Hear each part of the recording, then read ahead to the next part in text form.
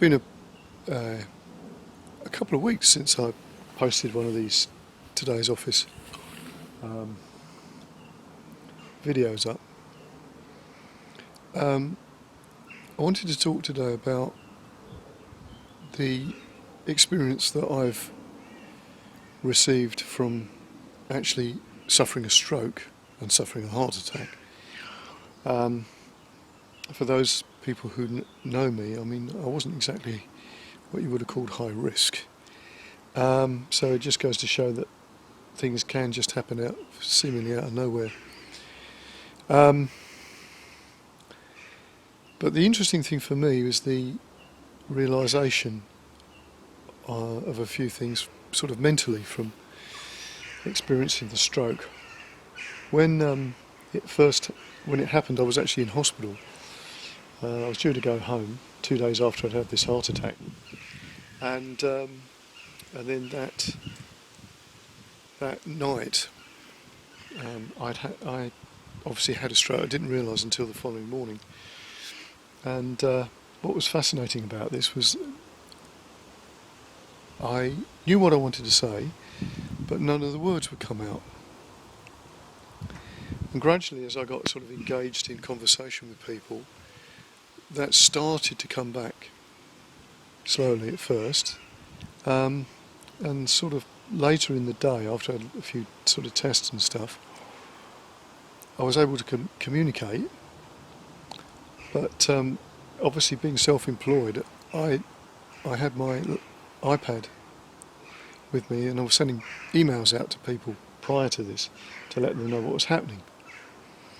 And I couldn't recognise the keys on the keyboard. So to me, it was like having some sort of dyslexia, like extreme form of dyslexia, which is sort of peculiar when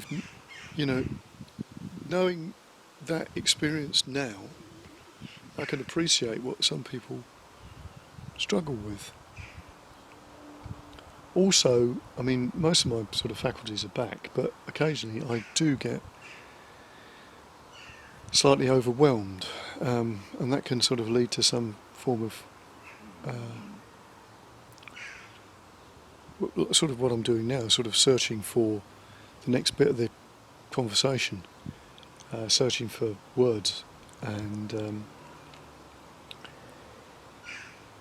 so that was being quite interesting, and a lot of what I've done, because obviously currently I'm not back at work, but I'm sort of doing the odd bit here and there, just to more as a rehab thing.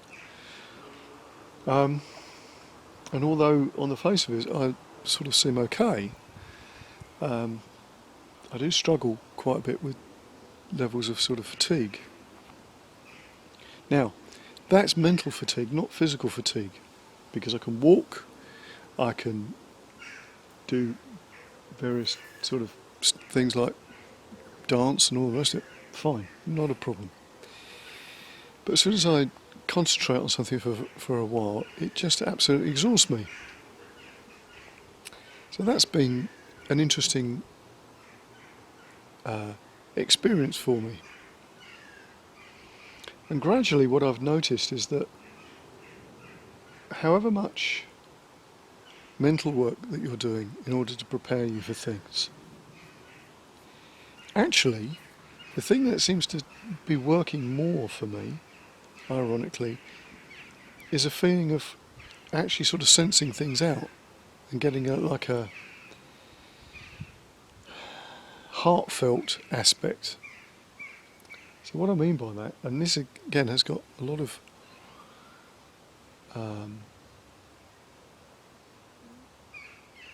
links back to music, when it's like playing with feel. But it seems to me that the more I try to work something out and plan it, the worse it becomes. And this is something that I did experience before, but I felt like I was hitting my head against a wall.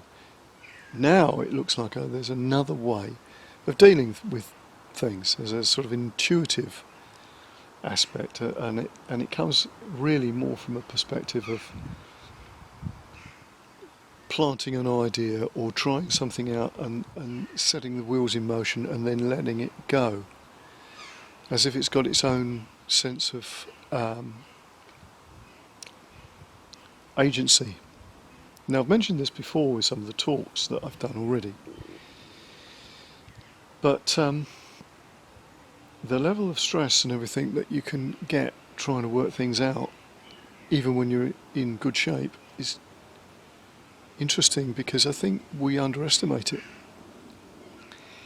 Now, viewing it from a perspective where, you know, the energy is sort of slightly limited in the way that it sort of flows for me, I find that that is even more pronounced, and therefore you have to sort of be more heartfelt. That's the only word I can put for it. So it's more sensory. So this is something which I'm revising all the things I'm doing at the moment work-wise. Obviously there's a lot more things going to be going online.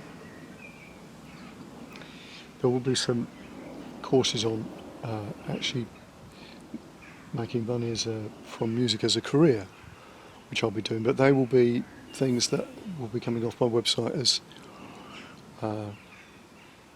paid subscription material, which of course, if you belong to Patreon or you fund me through other sources, that will be discounted quite heavily. So if you're interested in doing something like that, you need to sign up to Patreon.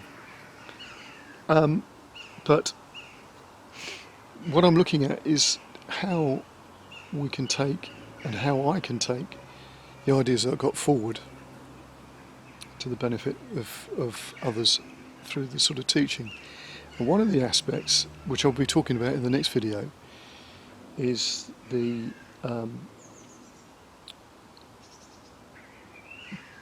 charity aspect. So my aim ultimately is to start a charity for teaching children in schools that haven't got